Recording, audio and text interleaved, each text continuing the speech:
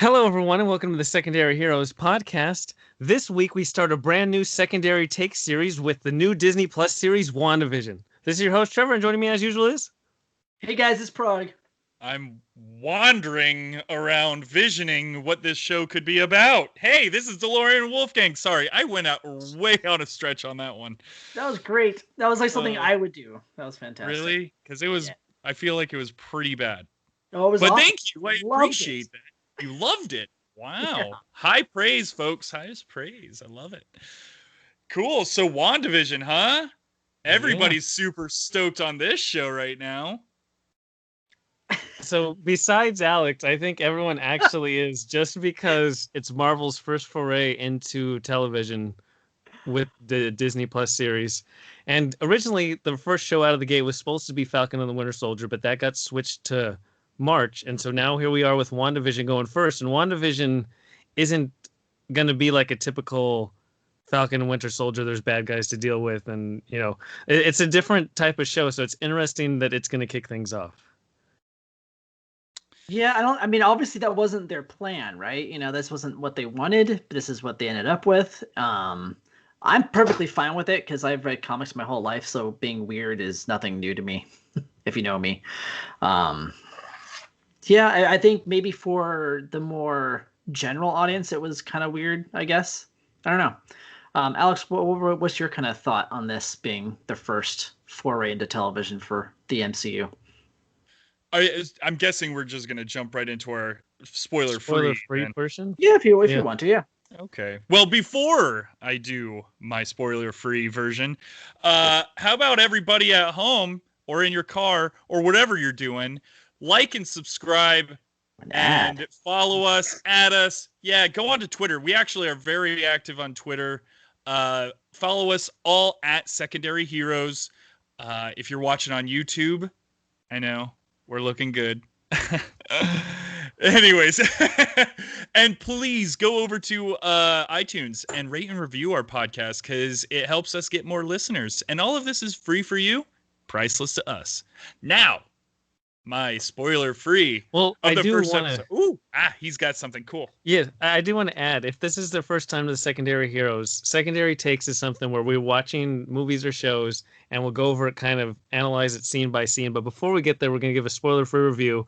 We did this for The Mandalorian, so if you haven't watched Mandalorian Season 2, or even if you have, you can listen to our breakdown episode by episode. And we're going to do this for WandaVision. We hope you like it, because if you do, we're going to keep doing it for different movies and TV shows throughout 2021. Cool. Let us know. Yeah. Let us know. Yeah. That's right. So let's jump into it. So we watched the first 2 episodes of WandaVision. They were just recently released. And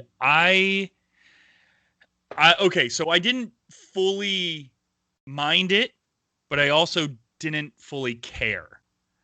Like, here's the thing is, it didn't feel like it's a part of any story until you get to the end of each episode.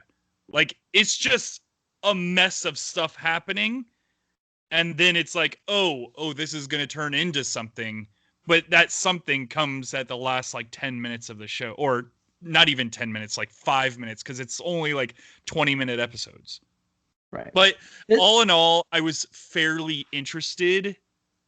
There was little nuggets that kept me going, oh, now I'm interested. And then it would go back into cheesy, whatever, silly stuff. Were you at least entertained? And be honest. Yeah, I'm trying to figure that out. Yeah, I think maybe this is going to be one of those slow burns to where the 3rd episode I'm going to be like, okay, this is now I'm invested. But so far, I'm not invested. But I personally don't care about these characters. Right, and the reason why why I'm asking you this, and I'm glad you went first, is because I'm really interested on the take of somebody who, like you, is not interested in the characters and may not be as invested in, say, like the comic book, and have been reading these stories for a long time and know these characters and what's going on. Because I feel like this might be like what you said. You might feel kind of lost and like, I don't quite understand this. So I'm glad that you told me what you did, because I was wondering about that as I was watching the 2 episodes. Yeah, and as the everyman seeing this and going like, okay, if I didn't listen, for instance, earlier today I listened to the Dorksman where they had the Average Nerd podcast on as their guest, and they were talking about the show, and they were mentioning certain things where I'm like, okay, these are things that I'm going to look out for whenever I watch it. And so I watched it and I started noticing certain things. I'm trying to be very vague because this is supposed to be spoiler free at this point, but but that gave me something to look for though. If I didn't listen to the Dorksman earlier before I watched the show, I wouldn't have even thought twice. I wouldn't have even cared about a lot of the things that they were pointing out. Yeah, and I think this is why Marvel had wanted this to not be the first series to go to air. I think they wanted this to be kind of like the secondary show, if that makes any sense. Always to us. Anyways, going into my review, I think that this show met my expectations. It didn't fall below and it did not exceed them. It met my expectations. I kind of had an idea of what the show was going to be, not just based on the trailers, but based on my knowledge of comic book history and who these characters are. I went, oh, I know what they're doing with this. And I had fun. I thought it was a fun 2 episodes. It wasn't anything quite groundbreaking yet, but I think I know where they're headed. And if they're heading where I think they're going to, I think this is going to be pretty monumental for the entirety of the Marvel universe. So there's my take. It's fun. A lot to look out for each episode. Lots and lots. It and seems lots. like it. It totally And seems lots. like there's so much to look at, but if you don't know what you're looking at, then you're just sitting there going, oh, all right, cool. Well, this is Dick Van Dyke. My one critique of the show is that it's almost too geared toward the hardcore comic book reader who is familiar with all these things. Right. Almost so much that it might even alienate some people, possibly. I don't know. That's just my gut. We'll see going forward. All right, Trevor, sorry. No, I'm more in Alex's camp just because I think they didn't fully flesh. They could have made this one episode that was like 40 minutes or something instead of like once I watched episode 1, I'm like, okay, I see what we're going towards. And then episode 2 is almost identical. It's just they're like, here's more Easter eggs and here's more little shout outs of what we're building. But I feel like they could have proceeded to the narrative more than what they were doing for it if you take 2 episodes as a whole. But I do like that this is going to be a 9-episode run, and they said they're going to be different lengths, so they're not all going to be like 22-minute episodes. So this is kind of just get your feet wet. So it makes sense to launch 2 at the start. And just if you watch episode 1, it's like, okay, I see what they're doing. This is really fun, and it's just a nice change of pace for MCU, and then it still is establishing stuff. But then you add in episode 2 together, and it's like, okay, yeah, I've done this already. Especially if you watch them back to back, it gets really long, and they're like the parts that are interesting, like the little, as almost needles in a haystack.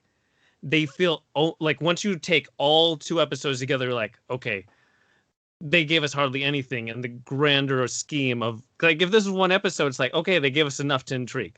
For 2 episodes, it's like okay, that's not enough intrigue.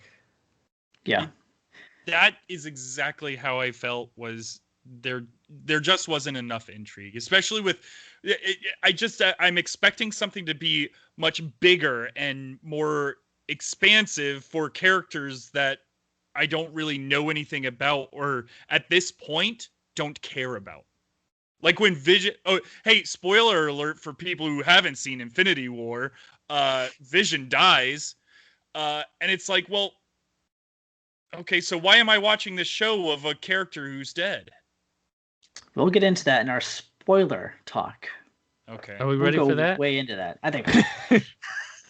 Okay, so if you're keeping track at home, we're now going to spoil the entirety of 2 episodes, and we're probably going to spoil a lot in the MCU, and we might even spoil of where this show is heading in this 9-episode run. Oh, we will. I will, at least. Yes. Sorry. And I'll just make fun of everything, because... That's fine, because I'm a nerd!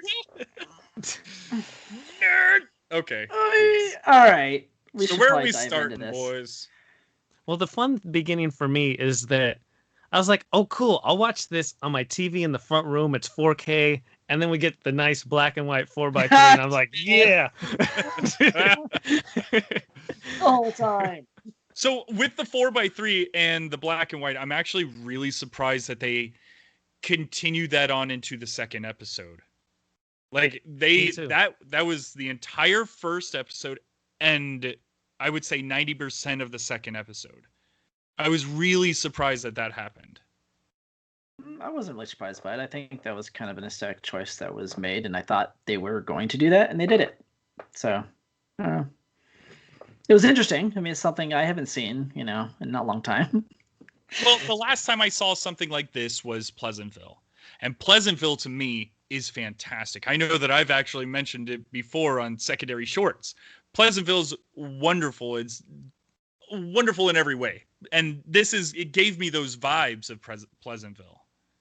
I'm trying to remember, was it Pleasantville in a box format as well?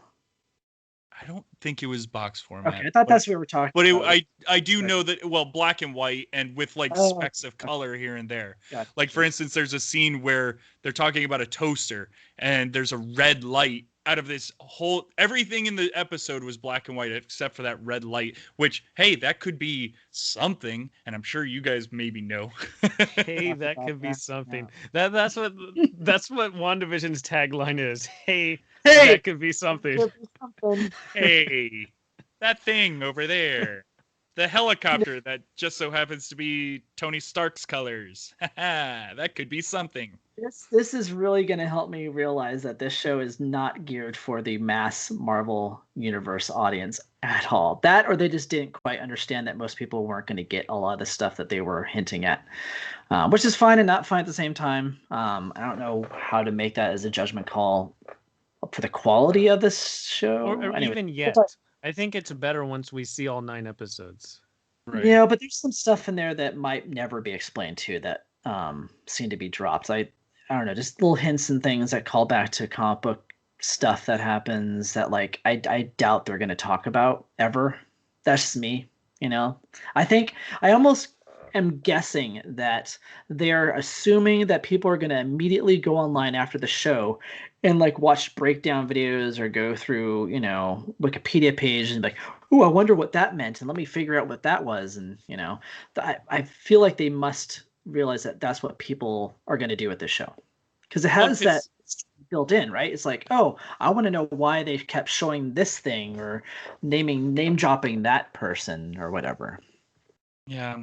I just feel like there was too many of those little things that it would almost become like you're just spending hours researching for a 20-minute episode. That's the delicate balance that we saw with The Mandalorian, where it was made for general audience. It's specifically, we're going to focus on things that, oh, look, here's Tatooine, and here's Jawas and stuff. Here's all this stuff that Look, he's Baby Yoda. He looks just like Yoda. Look, this stuff.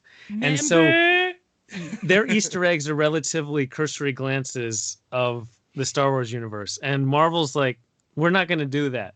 We're going to dive deep, even though our entire audience really is based on these big movies that really haven't cared that much about comic lore. Like the main things are, but they're not filled with those comic Easter eggs and tie-ins of the movies. And you have a movie that made $2 billion. So obviously a bunch of people saw it, and you're just going to be like, look, we're on Disney Plus now. And then, small subsection of you super uber nerds that have read every comic and they paste the pictures, the different pages on their walls and stuff as their wallpaper. You know I did that? Whoa. Did I leak pictures online of my bedroom as a kid? Okay, well, that's weird. So it's delicate. It is delicate. No, I feel you there. I do feel like this might have been a little bit too much of that. Even though I love that aspect of it, like the nerd in me, I went, yeah, this is going to be too... I almost knew watching it that Alex was not going to like this very much. Well, okay, so... Not that he was going to hate it, but I just couldn't tell that there was a lot of, I don't know. I think one of my problems is, and maybe I missed one of the movies, and I guarantee you I did, because I didn't watch all of the Marvel movies, and maybe I missed the Marvel movie where Wanda and Vision are actually relevant, because... I don't remember. I mean, the only thing about Infinity War was trying to save Vision from the stone in his forehead. That was the most significant thing that I remember, except for them being chased around Paris or whatever. And that's about all I ever saw of them two. And it really was like, eh. I'm going to explain why this is. Okay, So, thank you. There's this whole thing where Marvel did not own the rights to mutants. They didn't own the rights to a lot of the mutant characters. But they wanted to have Wanda come into their movies, right? So they had to explain her a different way. And they didn't do a very good job of that because her powers are insane. Like, she's one of the most powerful beings in the universe, in the history of comics. And they kind of nerfed her to the point where she was just this little witch that can do, some telekinesis stuff. She can float around and have glowy hands. Right, that's all she really did. She really only had, like, I think, maybe 20 minutes of screen time total between all the movies. Like, she wasn't the MCU much. So here's the thing. Here's the reason why they're doing this is because guess what they just bought the rights to from 20th Century Fox? Right, X-Men. Right. So now they can dive into her actual powers. They can take this character, which is a huge character in the comic books, and delve into her story finally. So like, oh, finally we can, do this. And here's the show. We can show you who this character really is and what she does mean to the Marvel Universe. And what they're going to do, and this is going to be kind of long term for the whole show, most likely, is kind of an inverse of a storyline that's famous from the comic books. So we'll touch on that a little bit later. But that's why. But that's the my only guess. Caveat Why to the that show. is that MCU made her powers outside of being a mutant. So right. You kind of almost redact because she's essentially created by the Mind Stone, right? Right. Like she's it's in the Tesseract and their experiment mind. Yeah, and so her and Vision are both essentially powered by the Mind Stone, and their attraction is only because the Mind Stone wants to be whole again. It's like the idea of being a soulmate and moon stars, and it's just the soul stone or the Mind Stone. But anyway, since she doesn't have her powers like that, she's not mutant. So if you tie into mutant storyline, it's tough. Like I don't even know how they're gonna pull it off. We say that a lot with the MCU, but they always find. They always do pull it off. Stuff. So I don't know. I'm really interested. I'm intrigued as heck to figure out how they're going to pull this off. I'm not too sure how, or even if they can. Yeah. Oh my God. Okay. Well. Yeah. Hey, let's get into the show, man. Let's get into it. Episode 1. Wandavision. Okay. So episode 1, we get the Donna Reed opening, which is one of my favorite shows growing up watching Nick at Night. Also, this is a love letter to like kids that grew up watching Nick at Night. All those old shows back on Nickelodeon. Dick Van Dyke and stuff like that. Yeah, it's great. And I love Dick Van Dyke. And I Love Lucy was on Nick at Night as well. Yeah, man. Nick at Night had all that for episode 2. But that's the thing is like everything in the beginning of this just felt like just rewatching Nick at Night like, all over again, like a Dick Van Dyke little. Idea. Yeah, and I get that, but loved it because I love Nick at Night. But no, they did it really well, though. I mean, you had the annoying laugh track. You have the one-liners that go back and forth. Like, those one-liners are actually pretty well written. Like, they tie into, oh, the fridge is empty, but I don't eat food, so that makes sense. It actually is pretty funny. Come on, Alex. Wait, hold on. How come if Wanda... Never mind. Nope. Oh, the laugh track is very important, by the way. So anyways, we'll continue. I'm sure, you know what? I'm sure it is, but let's continue it. So, well, so at the beginning, he walks through the front door while he's carrying her, but he walks through because he can go through things. Right. This is something that I just learned. So he goes through her and the front door, and she falls to the ground. Have you not watched any of the movies? No, I probably didn't. Okay. I saw Infinity War and that other one. All right. Hey, if it wasn't in Guardians of the Galaxy, I don't care. Fair point. No, so he walks through the front door with her in his arms, and Yep. she falls to the ground, and then he opens the door and picks her back up, and then he walks through the chair that's inside. That's, I feel like, was the biggest nod to Dick Van Dyke, because he always tripped over the chair or ottoman thing, but he just walks right through it. Now, this is where something's going to come up later on in the episode that I had big question marks about. Just continuity, maybe, but yeah, where do we go from this first scene? This is almost like the classic intro. Classic intro, and that scene that you talked about is one of the more famous covers from Marvel, where he phases through the door with his bride in his arms. Scene, so that's kind of a cool nod to comic book fans. But I think there's a lot of detail that went into creating this show to make it really feel like those old shows. Like, and it had the same like camera work and everything, and almost like it was like shot on film. It was pretty well done. Even the angles of the shots, how they're like when they're even in the intro, they are going in the car and Vision covers his face, but you can tell that the car is not actually, it's just stationary, and they're doing all that kind of classic stuff. Yeah, it's fun. Yeah. Anyway, Right, so yeah, we're through the intro. Right. So we're through the intro, and this entire episode is predicated. They can't remember a special date on the calendar. There's a heart on the calendar. And they're like, oh, why can't I remember? Vision's like, I have this super memory and I have no idea what it is. And so everything is going to revolve around that classic episode of kind of a pronoun game to set up two people who have different expectations for an evening. And it's all based on the heart on the calendar. And so the fun part here is that Wanda doesn't have an accent. So if you've ever watched her first appearance in Age of Ultron, she had a very heavy accent. And every single time we've seen her, it's dropped less and less. And now I know this isn't particularly based in the MCU present day storyline, but she has no accent whatsoever, and it's fun to hear. It is fun. They tried to explain it in different ways. If you read articles, it's very interesting, and it's kind of like they just didn't want to do the accent, is my guess, and they found a way around it. But it works really well here, right? Because it's an American sitcom, so she can use an American accent since this is all her head. But we'll get into that later. Anyways, I will discuss this. So yeah, I also wanted to make note of the scene where he gets hit in the head with a plate, and she calls his head indestructible, because his head is not indestructible because he got his head crushed by Thanos when he died. So it was very dark. There's a lot of dark humor in this show, by the way, like super dark humor. Yeah. I hope that you point all of them out, because I'm sitting there going, that was a good one. I didn't even I just took that for granted. That's you know what's good. Really sad? Okay, so I'm gonna it's not a spoiler, but I'm gonna kind of spoil the gig. So she created this world because she's grieving for the loss of her love. Vision died. She doesn't know what to do. What do I do? Remember all those sitcoms I watched growing up? Why don't I create the perfect life in the sitcom world, right? So what does she do? She makes his head indestructible in her dream world. Your head's indestructible. And here, in my dream world, you can't die because you're indestructible. So that's actually sad mind game thing. That's actually interesting that you say that, because my whole thought while watching this was they're in some kind of limbo.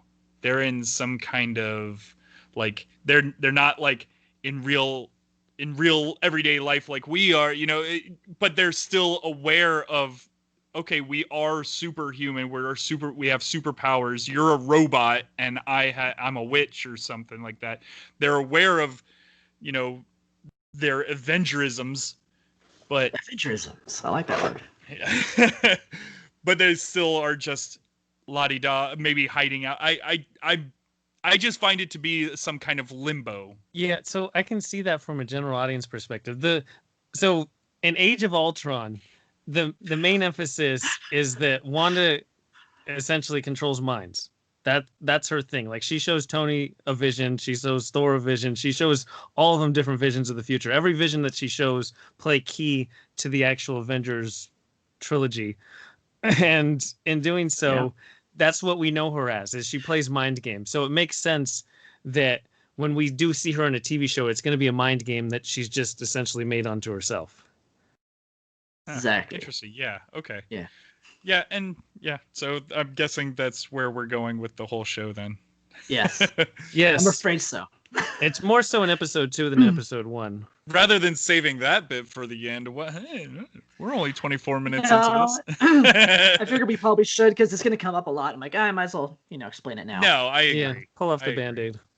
Right. And just to predicate the whole deal, so many people will probably mention this, but this is loosely based on a comic book story called The House of M. Which is one of my personal favorite stories in the comics. And it's basically similar situation. People die, including Vision, and she's stricken with grief because she like accidentally killed these people and killed her love of her life and goes absolutely insane and creates a fake reality. The problem is when she creates a fake reality, it affects actual reality. So she has the power to just wipe out existence if she wants to. So she creates this perfect life of her and Vision being married and having children together, and it's this wonderful life. And everyone from the outside is, trying to get in and trying to help her, but too many people are affected by her fake reality now. So this is, I guess, going to be an inverse of that in a way because of the end result of the House of M won't exist because there's no mutants in this world yet. So we'll dive into that later. So interesting. Unless that opens it up. It could.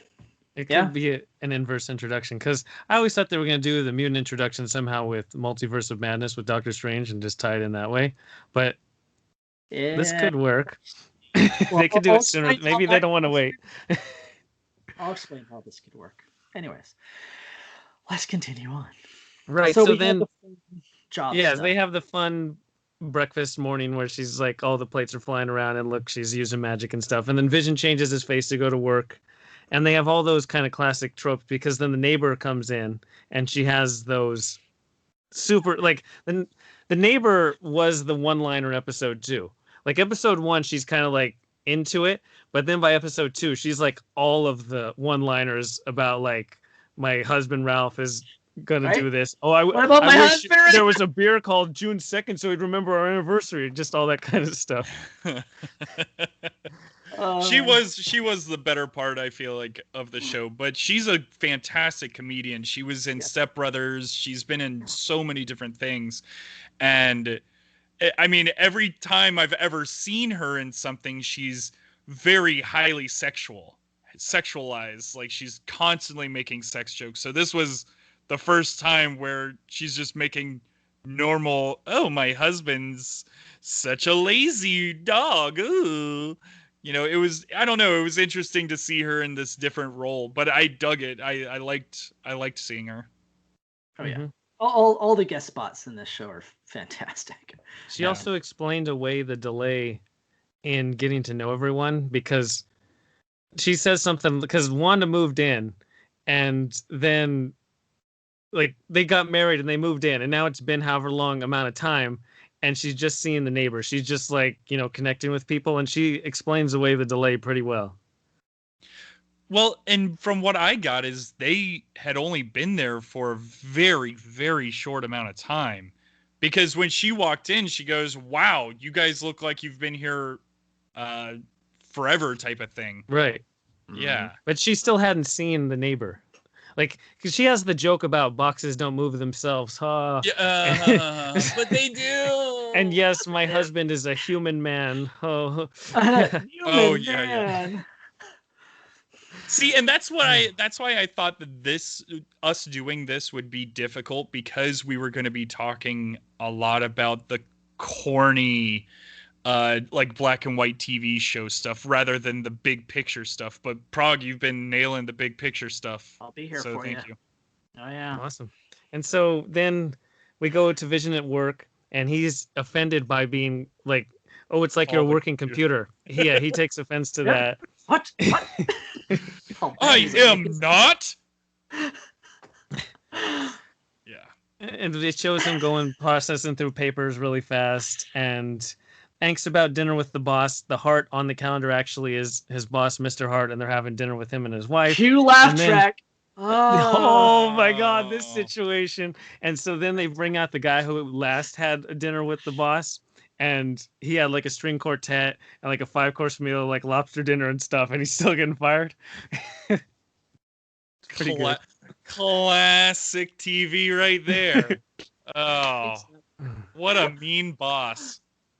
They did really good job though in like watching a bunch of stuff from the past and just cherry picking things to put in this episode. Like they really fine-tuned all of the parts that made those classic things classic. Yeah, they really did. Yeah, you got to give them credit for that. Yeah, it definitely felt like you were watching a show from the 50s or 50s. I don't think 60s really did too much of this.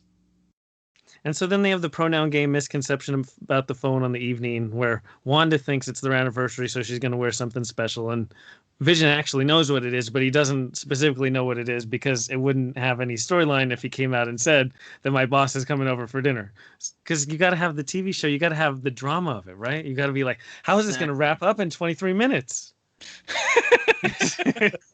Oh. We're both on the same page. Perfect. Okay, I'll see you in a bit. Yep. And so then there's a commercial break, and it's for the Toastmaster 2000. Toast the past. This is the future. Made by Stark Industries. Yes, it is made by Stark Industries. It even don't think Alex is gonna get this. No, it even made the noise from Tony Stark's suit. Yep. So that was something that I caught. Killed by a Stark Industries bomb. That's orphan. Yeah. Did it look like that thing? Oh, what a Stark Industries bomb! It's like a beeping bomb made by Stark Industries. Toast your past. Yeah, it's the whole like, oh my god, it's the trauma in a commercial, pretty much. Interesting. See, with little nuggets of knowledge like that, now that is kind of cool. There you go. I just thought, okay, what? There's a red flashing light, and they're letting it beep forever. No, I would say that every single nanosecond of this show is purposeful. I don't think they waste a second. And then also, the obvious color things are going to be big things that she can't control. They're going to break in. Like, you can make this perfect reality, but whenever that's colors, you can't. Yeah, you can't take those out. It's like highlighting those pieces of her mind. It's like commercial. Wow, people are going to listen to this and be like, "Wow, I learned a lot today." Or they can watch Age of Ultron and be like, "Oh, that's obviously the bomb." Oh, I still haven't seen that movie. There you go. That explains a lot. I don't know who Wanda is. I don't get it. You know, the movie that she was introduced in. And what is Marvel? Marvile. What is this Marvile? All right. Does Baby Yoda show up in this at some point? Where's Mando? Damn it. You never know. Oh boy. Okay. And so back from commercial break, it's dinner time. And so Wanda is wearing a nightgown and she goes up behind the boss and she says, "Guess who it is?" And it turns out it's a Sokovian greeting because you have to always explain away the crazy things that someone does when there's miscommunication with the stupidest things. And the other people accept it. They always take it at face value. They never be like, "What? This is totally BS. I know what's going on." Classic. They're European. That's why. Oh, that's right. And then you get the introduction of Kitty. Yes. Kitty. Yeah, dude. She was awesome. She's great. You know, I didn't realize how amazing of an actress she was. But that dinner scene where they're sitting at the table and she's like, "Okay, stop." Like, her just saying the word stop over and over and over again. Wow, dude. I was like, she is so good. Yeah, I was excited. I didn't realize she was going to be in the show. I tried not to see who was going to be in the shows. I already knew kind of what they were doing with it. I'm like, I don't want to see what else is going on. So I had no idea who was all going to be in this. So that was kind of fun. It was a nice surprise. I skipped ahead. I apologize, but there's a lot that happens before this table scene. That's true. But anyways, that was a fun little moment. Right. Shout out to that 70s show. Red and Kitty are the best part of that show. Pretty much. Sure. Wait, there's other characters on that show? Anyways, yeah. And so then Wanda's in the kitchen and it turns out she has no dinner prepared because she thought it was just going to be a night with her and Vision. And so now she has to prepare dinner. But luckily the neighbor, who is that neighbor that just has everything, she could like open up a trench coat and have everything on Earth available. Right. So she brings over like these 3 different options for dinners. And then of course Wanda has to mess them all up. And all this time, Vision has to entertain the boss and the wife. And so it starts out where they're talking about the forms. And again, we didn't describe what Vision does. Like, he's twice now asked exactly what we try to do.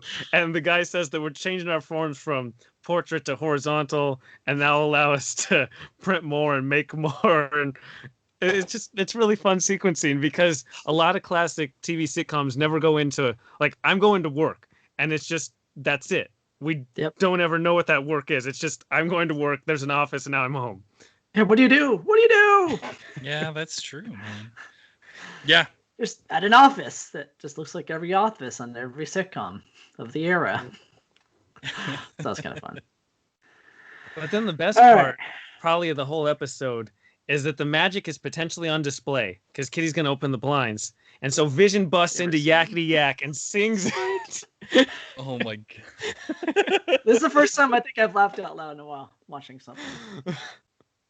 Because it's so awkward. Well, and I love that, like... And Kitty's like, oh, yeah. Kitty actually just starts dancing. She whips around and just starts dancing out of nowhere. Oh, and she was digging it, too. Yep, I'll just get into it, man. Paul Bettany does a really good job in this entire, like, 2-episode sequence because I know he said, when they killed Vision... I thought I was done with the MCU. To be back and actually playing this character, he's taken like full advantage and it's going like all in and just having a great time with it.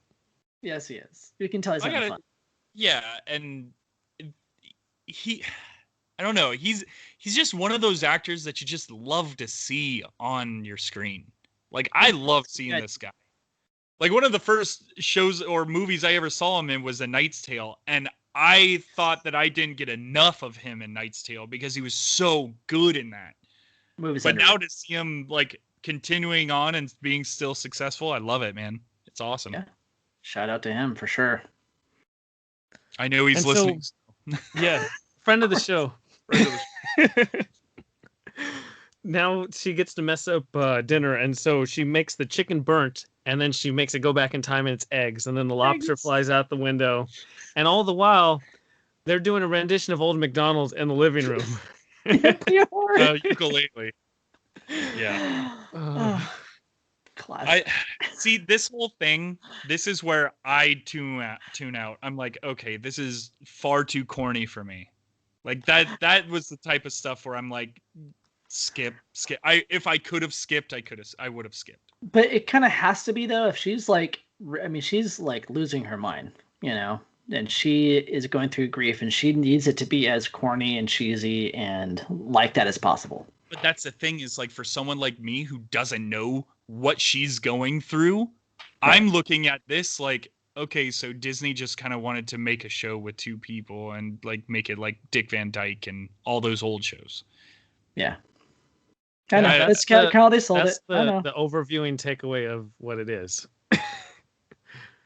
But once all 9 episodes are out, I think it's going to make sense more, even if you've never watched any of the other MCU movies, just to see what she's going through and how, if you grew up on something and that was your safe space when you were little before your world collapsed, when you became orphaned and you got experimented on and just your life has been a living hell the entire time, and that's the one thing you have to grasp onto, and you actually had the ability to put yourself in that. How many people who do go through grief would love to the ability to create some type of world to go to escape from all that they have to deal with? Yeah, a perfect reality where they can, pretty much control everything. Yeah, for sure. No, it totally makes sense.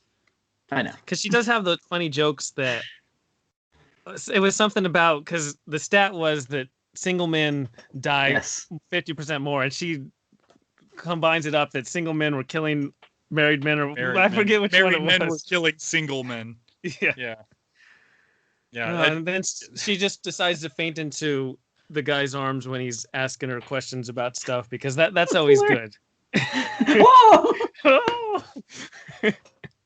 Wow. See, here's the thing is like, I'm sitting here thinking, I forgot all of this stuff, and I literally just watched this show maybe an hour ago. Well, this stuff is fun just because I thought for the first episode, I took notes in detail on quotes and little interactions because I thought they were going to do one episode in this style and then like one episode in different styles every so often. The second episode, my notes aren't as detailed because I was like, oh. But with that, the real idea, though, is she's starting to kind of convolute things up together. It works for the laugh track, but now we'll get to the actual dinner, and we get to the questions, and she doesn't have answers to these questions. The where do you come from? And she's kind of just blank because it kind of pierces through her little reality. And so that's why Kitty starts saying stop it so many different times. It almost becomes like a loop, or not a loop, but like a skipping vinyl record, because she's just stuck. She cannot process the next part of this vision because she just doesn't have any aspect of it. So for me, this is where the show, and granted, this is like one of the very last scenes. This is where the show got really good. I'm like, okay, now I'm tuned in. Because after you get past all the laugh tracks, you get past the corny jokes, you get past all the Easter eggs that are totally blowing over my head, you're finally hitting a point where there's like some seriousness. Like the boss starts choking on a steak, and Kitty's sitting there saying, ha ha ha, okay, stop it. Okay, ha ha ha, stop it. And you could see her getting like more and more upset to where she's like still trying to keep the smile, but she's crying and telling him to stop it. And then Wanda tells Vision, help him, Vision. And this is where I kind of raised the question, my question marks of, he goes to help his boss from choking. He phases through his throat, grabs the steak, and then phases the steak through his throat as well. But he couldn't phase his wife through the front door. That was just, I know that's kind of small and minuscule. It's just one of those continuity things that I'm referring back to. Gotcha. Right. Gotcha. It was more of a joke for the intro. Yeah. That's all it was. Yeah, and I get that. Vision can selectively do whatever he wants with me. Yeah, he's pretty powerful. Yeah, but at the end of the day, that scene was the best acting scene, I thought, out of the entire show so far. Seeing that whole thing, like even, I mean, Wanda was tops, Vision was awesome, Kitty was perfect. Kitty. It was just great. Keep calling her Kitty. It's great. Because if anybody knows her, as Hart, anything right? else, yeah, Mrs. Hart. But she was, I mean, dude, we've all grew up with her being Kitty, so meow. All right. She still looks great too. Once he does pull the steak out, the boss just gets up and he's like, "Oh, look at the time. Oh, yeah. I gotta go. We'll talk about a promotion on Monday." Like nothing at all just happened, and that was totally where her skipping thing got back on. The needle got back into the track, the groove. It's like, okay, back to normal. Here we go. Exactly. I like your little metaphor too with the needle getting back into the groove. It's skipping or screwing up. I dig that. That's a cool way of putting it. And so then she thought about the rings, and so they create rings, and they have that nice "aw" in the background for the audience. That's right. Then we go to the end credits scene, and this is where we have the ultimate intrigue that we zoom out to a monitor, and someone's actually watching the monitor. And then they even try to change the dial before we go to the end credits. And so I was like, okay, now we're getting somewhere. Now, we did episode 1, we had fun, it was goofy, let's go. And then episode 2 is like, nah, we're not going anywhere. No. Same S right here. But no, and right once they pulled out and showed that TV screen and the guy taking notes or whatever, immediately I'm thinking, so the bad guy from Inspector Gadget is watching WandaVision? Like, is that what's that? Where's his cat, dude? The claw. Nice. Yeah. Sword is not a bad guy. They're not a bad organization in the comics. So Sword. That's the key word here. That's where who was it? The average nerds were talking about it. They were talking about how Sword. And if you look, you see a sword throughout the entire show. You'll see a sword on like little things here and there all over the place. It's actually pretty interesting. But if I didn't listen, like I said again, if I didn't listen to them, I would have never noticed that. Yeah. It's something that I actually didn't even pick up on until I saw it during that ending credits. I'm like, oh my gosh, I bet that symbol is in other places in the episode. So I had to go back through the episode to watch it again. Like, right. Okay, all right. There you go. Anyways, since we're near the end of the episode, I almost forgot that there is another. Oh, there's probably more Easter eggs I can go through forever, but there is a bottle of wine that is being poured that does have the big letter M on the bottle for the House of M, which is a reference to the story from the comics that this is based on. It's kind of clever. And the translation, I believe, for the French wording is something about the House of Chaos, and she uses chaos magic. So. Prague, you could have probably done this whole episode on your own. Probably. That's okay. This is fun hearing what like other people think and like if they're confused or if it's too much or if it's not as fun for other people, because I just wonder if it's maybe too much like in-depth Easter eggs and not enough story, Especially because it's Easter eggs of relatively niche comic storylines. Yeah, it's not like it's Infinity weird, Gauntlet like, or yeah. something. Exactly. Yeah. Yeah, you have to be like an X-Men fan, not like just a Marvel fan to know that storyline. So, yeah. X-Men. Sorry. It's another snore. Anyways, so episode 2. Episode 2, my favorite. It's just funny. I know how much Prague loves X-Men. For you to say another bore is just great. It's a good thing I love here's Joel. the thing. So, I said it last episode. If we all agreed on this stuff, what's the point of even having an interesting podcast? The fun juxtaposition of, I think this is super boring to this is like my favorite thing. That's fun. Well, yeah, but he knows the story front and back. He knows the comic. He's read this, and it's his childhood coming off the page onto the screen. For me, it's two very uninteresting characters doing uninteresting things. Yeah, that's a fair point. Yeah. We'll see how the audience reacts, because I get your point, Prague, of saying that, you want to look it up and research it and stuff. But if you're like Alex and you don't talk to, say Alex had that perspective and he doesn't talk to us, does he even care to continue watching it after episode 2? Yeah, maybe not. All that stuff goes over your head of House of M or Sword or anything, and they don't give you that many intriguing tidbits once you take 2 episodes as a whole. Yeah. They might lose some audience. And that's the thing. That's exactly, you said it perfectly. There's not enough things intriguing to really keep people wanting more. I mean, what, you gave us a 3-second clip of a guy watching a TV, of watching Wanda and Vision on TV? Like, that's not, like you said, episode 2, you never see him again. Obviously, this is going to be down the road, but it just sucks that, like, right. I don't know. Whatever. No, I think this is why they wanted this not to be the flagship series to come out the gate first. It's tough. They didn't have a choice. It was like they need a way to tell the audience that this is super comic heavy, because they didn't. They said, "Oh, you guys like went right into it." Like, here, look, there's a TV show version of it." So a lot of people wouldn't even be looking for these hidden Easter eggs, and that's tough. That's a tough sell. Yeah, I think they should at least bear some of that burden. That they should have at least come forward with something for people that weren't aware that was the case. Especially because Disney Plus is so generalized. It's like Disney's pushing it as their general service for everyone. It's not a niche thing. This is like, hey, everybody on Earth should have it. We have, Pixar and Star Wars and Marvel and our classic Disney movies, like our big things that are just known to everyone. Not, here's some super niche stuff that no one hardly ever has even heard of, nevertheless read the whole details of. Right.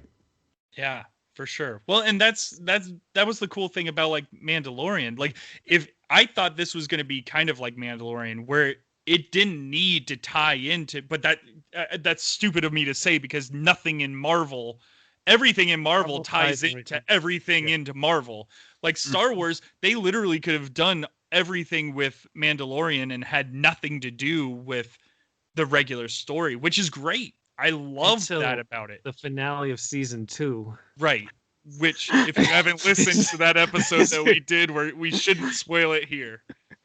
But anyways, let's move on. I do agree. You can watch Mandalorian completely by itself. You never even really need to have watched the Star Wars films or dive deep into the expanding universe. Like, characters make an appearance, but you don't need to know their whole backstory to enjoy what they show up and do. Like for Cobb Vanth, I had no idea that he had his own book and a whole backstory. I thought Cobb Vanth was just a cool dude on screen. I'm like, all right, I want to see more of this guy. I don't know. That he brought enough intrigue to this show to make me want to do more research on him. Nothing about this has made me want to do any research. Well, don't understate how well Jon Favreau can connect kind of to general audience. He's done it time and time again. He can, make it more for a common man type of creation. Like Dave Filoni's going to be the super, I know everything about Star Wars stuff. If he made the show entirely without Jon Favreau, it wouldn't be nearly as popular as it was. Sure. Yeah, absolutely. Yeah. Cool. And then also Kevin Feige is working on a Star Wars movie, so his attention is kind of distracted. Well, we're already at 50 minutes. We haven't even started the second episode. Well, second episode is essentially the first episode with some color splash effects. Right. And actually the second episode, I start noticing more sword logos as well. Like, for instance, on the helicopter, the first thing that she sees in color is a toy helicopter that's in the same color as Iron Man's suit, but it has a sword on it. I believe it's got a sword on the nose of the That's helicopter. The first time I noticed the sword. I didn't notice it at all. Now that you say it, I'm like, I probably should rewatch episode 1 because I wasn't even looking. I'm like watching the episode. I'm not like, oh, look, is there hidden stuff? Well, I was too. At the first time, I was just watching it, and I'm like, wait a second, did it say this? Did it show that? So I had to rewatch it once I saw the sword logo. I went, okay, they're gonna hide stuff in this episode. Yeah. They did. So it's good to know. And so episode 2 starts off where they have separate beds, and Wanda wakes from a crash sound. And scared, or Vision is scared, and he's like, I'm not going to go look. It's a fun joke of the husband being scared of doing stuff. And so Wanda has to take care of it. And then it's just a branch that's smacking into the window. And then Wanda merges the beds together. They have one new bed. And now we get to the animated intro. Which I actually really liked. I thought the animated intro was pretty fun. I love Bewitched. Yeah, so it was fun. Yeah, it was totally very Bewitched. Because in Bewitched, they just sing Bewitched over and over again. And so this one, they just sang Wandavision over and over again. Pretty much. It was great. Did they sing Bewitched just over and over? Anyway, Bewitched, Bewitched, Bewitched, Bewitched, Bewitched. So it's the same song. No! Yeah, that's how it goes. We're not talking Bewitched. This is Bewitched. So the fun part about the intro, though, other than that, is that it was written by Kristen and Robin Lopez, the ones who do Frozen soundtrack, who won the EGOT and stuff. They do that. It says at the end, I'm like, oh, so they wrote WandaVision to repeat over and over again. That's what they did. That's pretty funny. And then for some reason, Vision looks like Chris Hemsworth in Ghostbusters in the animated intro. It's so weird. It's almost sketched exactly. It doesn't look anything like Paul Bettany for sure. No. I thought the same thing. Do you think that's a little like Wanda's sitting there thinking, well, I kind of wish he looked more like... Maybe. If I was Wanda. I mean, she's coming up with this stuff in her head. This is what I wish Vision looked like. Do you want Paul Bettany or do you want Thor? I don't know. Well, at this point, he was fat Thor, so who knows? Yeah. Still. I don't know. Yeah, anyways, let's move on. So yeah, we get past the intro, and so this entire episode is predicated that there's going to be a town talent fair, and so their talent is going to be a magic trick. And Wanda has the fun line that in a real magic act, everything is fake. Wait, it's just awesome because she actually performed real magic, and it is totally true and accurate sentence. It's a nice juxtaposition. Yeah, that's fun. Yes, I enjoyed it. Then you have his outfit. It was this great outfit that he gets to wear. Mm-hmm. That she shows up with. Oh no, dear, that's for you. Yes. Great. Unfortunately, he doesn't wear it though. That would have been funny. I know it would have. Because there's a part of me that actually thought that he would put it on. Well, I did too. I was like, okay, here we go. But no. Okay. No. Anyways. All right, next scene. So yeah, they're doing that, and then so there's a neighborhood watch and planning committee. So there's the neighborhood watch thing that Vision's going to go to, and then there's the planning committee that Wanda's going to go to. So that way they both get to interact with either female neighbors or male neighbors, and they get to go in their separate little things because it's the 50s, and you don't cross genders when you're doing anything, especially if it's Neighborhood Watch. You don't want any females on Neighborhood Watch. It's the 50s. Actually, I think it was trending closer to the 60s now, if I remember correctly, just based on like the suits and stuff. But Well, they yeah, still, even back then, you don't. Yeah, I think Bewitched is 62, so that makes sense. Yeah, early 60s, but still, yeah, you wouldn't want them on there. Anyways, I do enjoy this scene coming up though. So before we get to Paul Bettany with the Neighborhood Watch, we do have Wanda goes out in her front door, and that's where the copter is with the Iron Man colors and the sword logo. But the weird thing I had was, why is Wanda walking like Frankenstein? Her arms were out like this, and I was like, why is she walk like this? She did it the whole time. I don't know if there's a meaning in some comic book. She walks like that the whole episode. No, it's this. I think she was trying to Okay, I'm pulling it up. To mimic some actress from that time period. I wasn't too sure. She does it for the whole episode. I literally have it sitting right here, so now I've got to look this up because I did not notice that at all. She holds them out like dainty hands all the time. Like, I don't know where she got that from. She must have studied some actress. I don't know. Yeah, but it happened. And so then the neighbor comes over, and they're going to go walk over to the planning committee.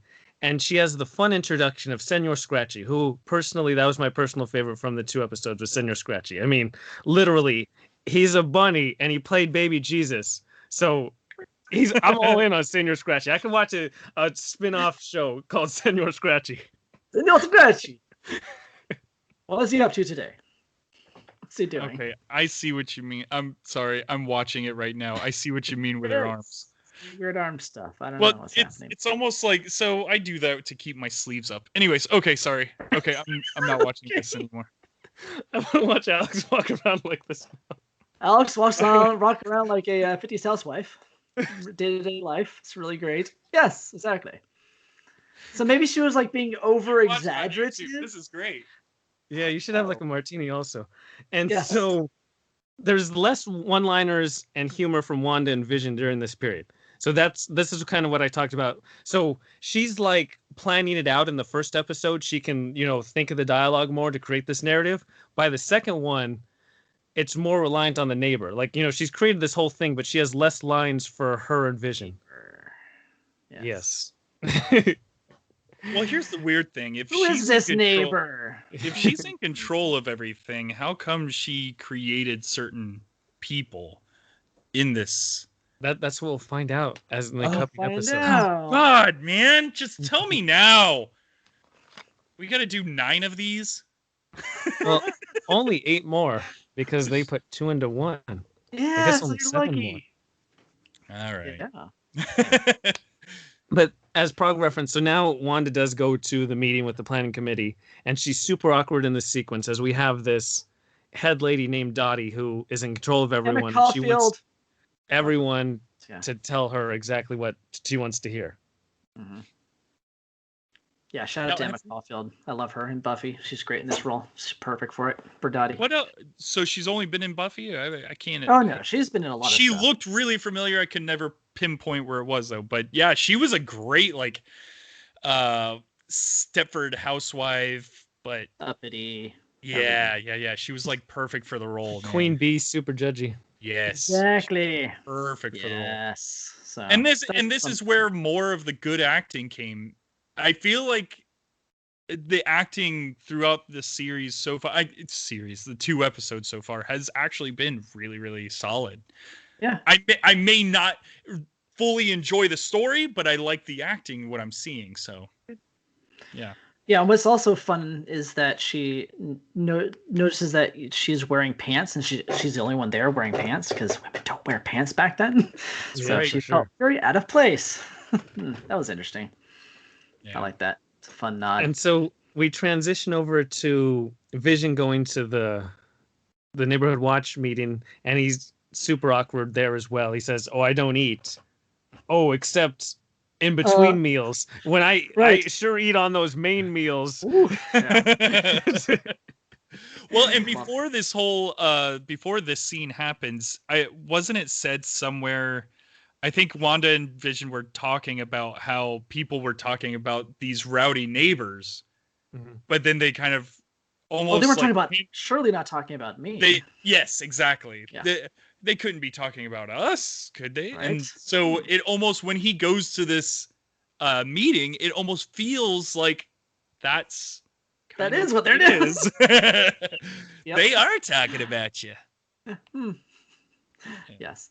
Fun little scene, yeah. Yeah. All right, so what's up next, Trevor? So then he eats the gum. No, not the gum! Yeah, the gum literally gums up the works, and they're going to use that joke later in the thing. But they show Don't an animated depiction It'll of the actual gum. Sorry. Gum in the gears. Gum in the gears. Which I actually liked. I like that they did this little animation. Is there a sword on the animation? Oh, I don't know. I didn't look at that scene. I didn't look, but I assume there's got to be some. They showed the animation like 5 different times. There's got to be something. Oh, right? They showed it twice, but I'm gonna look it up for you right now. No, they definitely showed it 5 times. They showed it quite a bit. And so he also joked, because they started gossiping. You know, he's going there talking like, are we these like analytics about graffiti and burglary and all this stuff? And then they just started joking about gossip. And he's like, well, you know, Norm over here is a communist. And people just that was so good. Oh, a great line. That was a great line. And they loved it too. It's just kind of fun. It was like, all right. No sword. No sword going into the gears. Okay. Yeah, it wouldn't make any sense for sword to be on the gears. There is a big lightning bolt over his where his brain's supposed to be. Oh. Well, there you go. Okay. And so then we transition back to Wanda, and this is the point where she wants to talk to Dottie one-on-one because she's cleaning it up afterwards.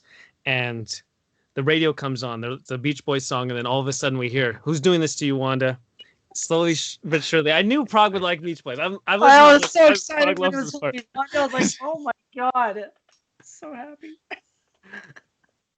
Anyways, yeah, carry on. Yeah, so the glass breaks in Dottie's hand, and then the blood is actually red. It shows on her hand as the radio comes on to say who's doing this to you. So this is like a break in her psyche right now. Someone is actually able to get through temporarily. That's right. Come and knock on my door. But she deflects it by, or who was it? The woman who cut her hand. She deflects it by saying, "Oh, how do you get blood out of a white satin or whatever?" Mm-hmm. Yep. Back into character. Oh. And then right back into character, and she walks away, and then we move right back into story. Yeah. I thought that was. It's just interesting how they do this, like where there's these extreme like things that happen, and then we boop. Oh. Nothing really happened. Haha, we're moving on. And so moving on, we get into the commercial. And this time it's for the Strucker watch, which the tagline is, "He'll make time for you." And on the watch, there's a Hydra logo because we have to be super obvious. See, so the show does have, it's not all underhanded stuff. There's some pounding you over the head with obvious things. But it's also the same people who were in the first commercial. Yep. Well, I didn't notice that. Darn. Really? Wish I did. Yeah, I wish I would have. In on it. I really wish I would have. Well, no, I mean the characters who played the. Like, I'm not looking at the characters' faces. I'm looking at the product that they're trying to hawk at me. Okay, I thought you didn't see the logo, the Hydra logo or something. Oh yeah, I definitely saw the Hydra logo. It was a good watch. Yeah, it was a good watch. Now, I want to say, like, I know that we're about to move into the next scene from this commercial. I have it pulled up on here, and the wide establishing shot is like this town hall or the town, and it looks like it's clearly on a set, and it looks exactly like it was taken straight out of Twilight Zone.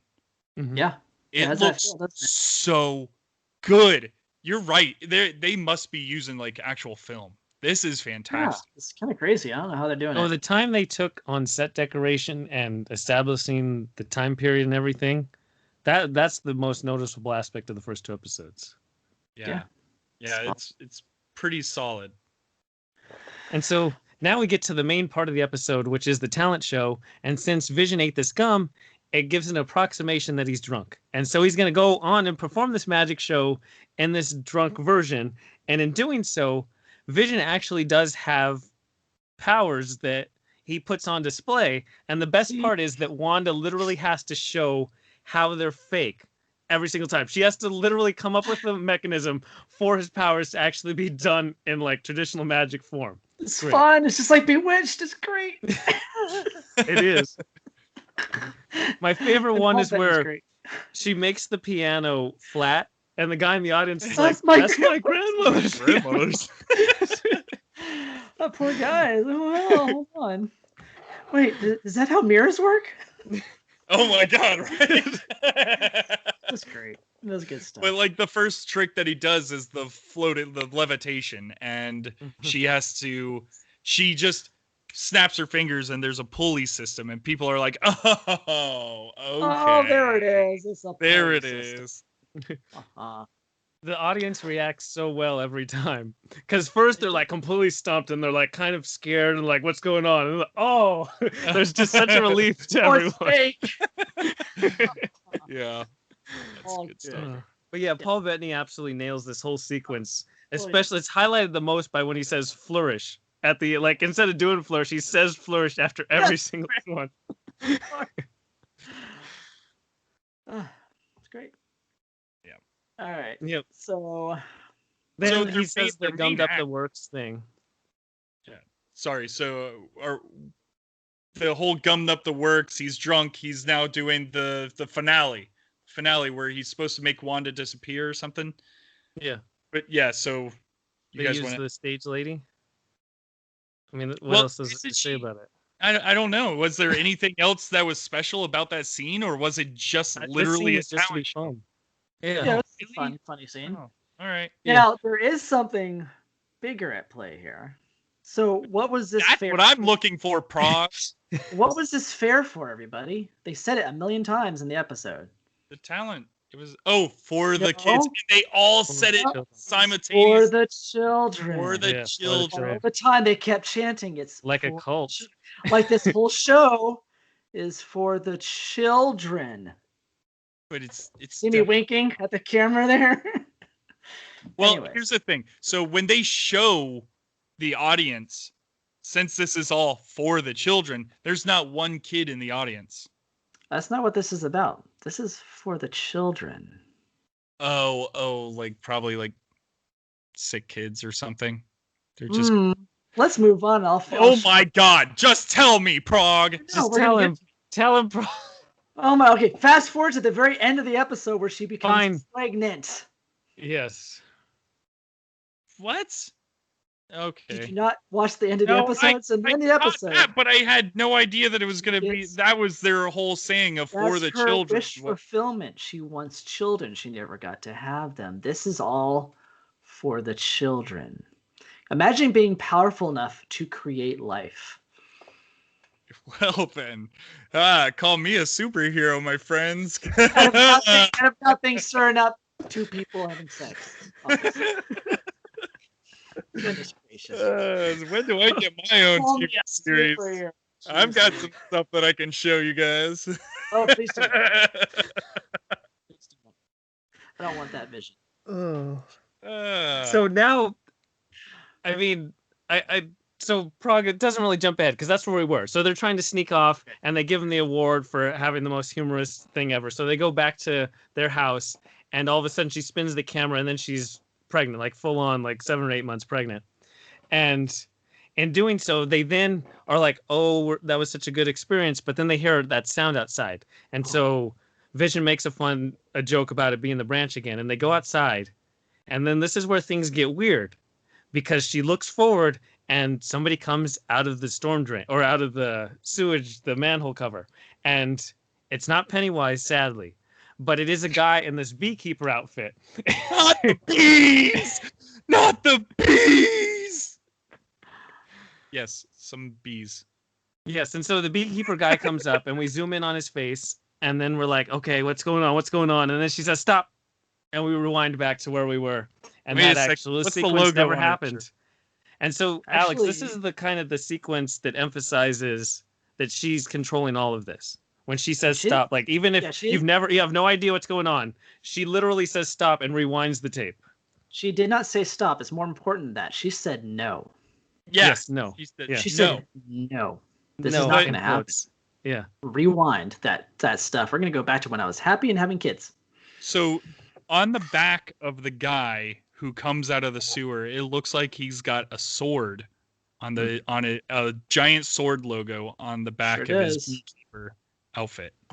Sure does. They almost hang on it a little long. Like, if you're not really, really looking, you're not going to notice it. But yeah, there's a sword on it. So, So someone's getting in. She is not having it. She's like, and nope. then whenever she says no and does the rewind, it looks like a VCR. So I guess it's not film. I don't know, man. Come on. Anyway, this pretty point sure is VCR where is they film. kiss, they rewind, they kiss, and then color. Yay! And then Technicolor everywhere. I like that scene. I like when she makes everything. It starts color. with like Vision's face. He's got that rune like reddish. Then everything just kind of like waves over. It's pretty cool. Exactly. Everything's happy now because we did it for the children. Man, is that really what that was supposed to mean? Yes, it was heavy-handed. I don't know how much more you could like say. This is all for the children. No, Prague, when you set it up, I think Alex thought you were going to say it was like some special like mutant children or something, not just specifically Wanda's child. Because you set it up pretty big. No, that was it. I thought it was pretty obvious, and I thought he wasn't getting it.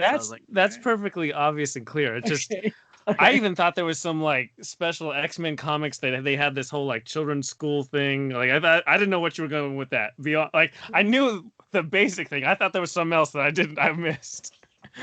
No, I'm just saying that was the whole point of the fair. It was for the children. The whole show, like the TV show WandaVision, is about the children.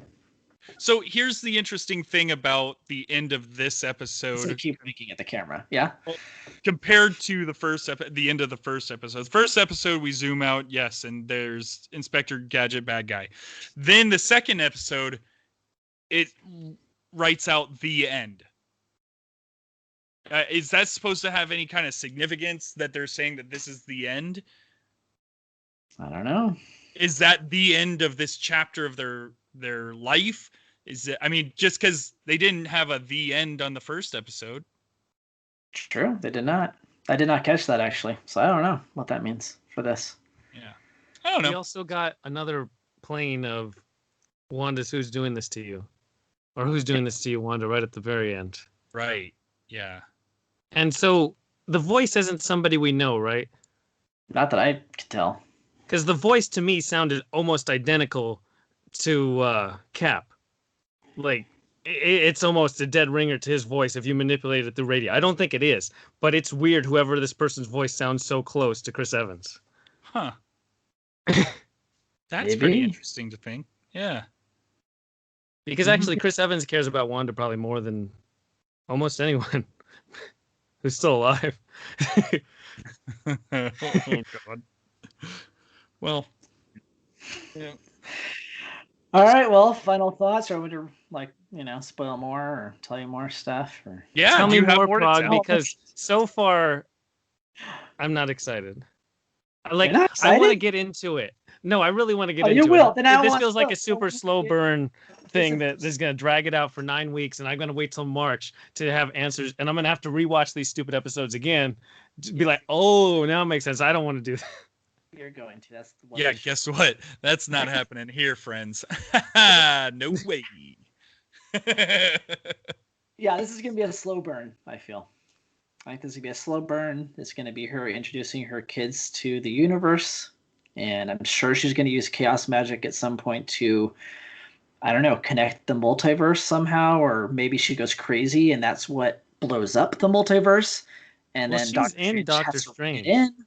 Yeah, that's what I'm saying. So Doctor Strange might have to be like, oh God, I need to stop her from going out of control and rein in all these universes that have mutants in them, for example, and vampires in them for Blade, for example. Right. Universes. Okay. So that's how the inverse thing could happen, right? It could be like, instead of ending mutants, she brings them about by opening up the portal to these other dimensions that kind of hover on the same plane as ours. Because there already is a fissure in reality from the 3 different snaps. So it's susceptible to breaking that much more. And she is powerful enough to do that. So it could happen. She has a mental. Is she powerful enough though in the MCU version of her? Right. I don't know. I don't know what that shows. Well, and Okay, here's a good. question too. Do you think that this is going to be where they finally introduce mutants in this show?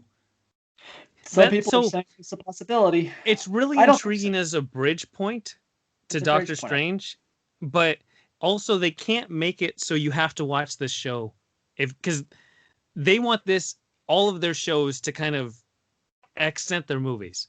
They don't want you to be like, this is required viewing if you're going to see the next Marvel movie. I don't think that's their goal. And so I can't imagine they're going to do something gigantic like that.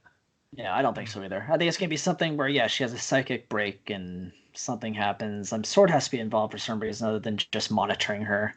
And that's just what they do. So, I don't know. We'll see how big they go with the finale. But I just feel like I've got so many questions. But see, like, I like that. Like, I like that. I like having lots of questions that can be answered throughout the season. I know a lot of people don't like that. There's a lot of people that hate that. So, I guess this show isn't for everybody, and they really tried to market. I didn't have that many questions. Well, I mean, after listening to Prague talk about it, now I've got more questions. Like, even more on the lines of I have questions too. Like, I have no idea how X-Men. they're gonna do. Like, what if they did start bringing in a couple? Like, if this was the introduction to X-Men into the MCU, and I know that a lot of these shows. I mean, oh man, I'm losing. Sorry, I've been dealing with. I'm losing my mind. Are you Wanda over here? It's a good thing you're not Wanda then. Oh boy. Hey man. Anyways, yeah, I don't know. I think that it could be cool considering I have to watch this show. Thank God this isn't like Agents of S.H.I.E.L.D. or anything. Then I'd definitely be out. Thank God for just the entire world that this isn't like Agents of S.H.I.E.L.D. Amen. There we go. Well, hey, let's get excited for the next episode, fellas. Well, I'm excited. I'm discouraged that it's not going to answer anything. Like, this is going to take forever. We have a general idea of where they're going to go, but this is going to be agonizingly slow. Oh, no, don't, God. Oh, God, why'd you say that? No. No, answers are going to be or questions are going to be answered next episode. No. That's what I'm hoping for, Trevor.